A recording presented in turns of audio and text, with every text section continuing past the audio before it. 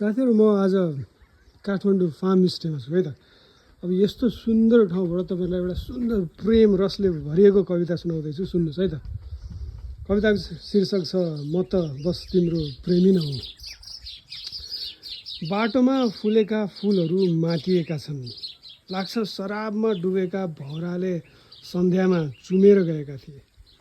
भर्खर भर्खर झरेर वयस्क भएका शीतहरू शर्मिला छन्, सुहाग रातपछि ब्रह्म मुहूर्तमा स्नान गरेर कपाल सजाउँदै गरेकी दुलही जस्तो।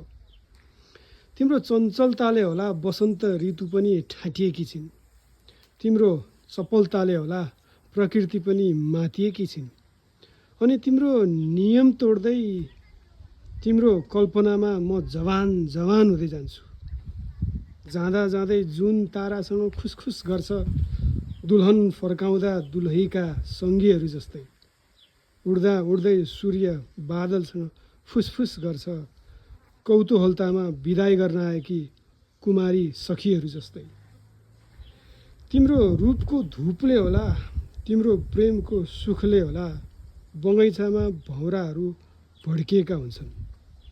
मानव प्रेमको घमासान युद्ध लड्न तयार छन्।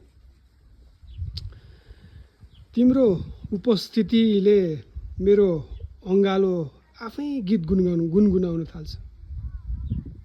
तिम्रो कायामा कान्ति, मनमा शान्ति, तिम्रो ओठमा लाली, रूपमा डाली, यस्तै यस्तै।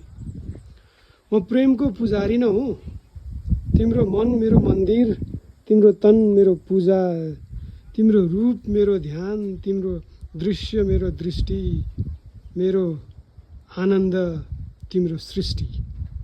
आखिर तिमी छौ र त म छु, अचेल अचेल हाम्रो प्रेमको कविता लेखिन्छ रे सुन्छु। उपमा देऊ या नदेऊ प्रिया, तिमी स्वयं प्रेम हौ। म त बस तिम्रो प्रेमी न हुँ, म त बस तिम्रो प्रेमी न हुँ। धन्यवाद।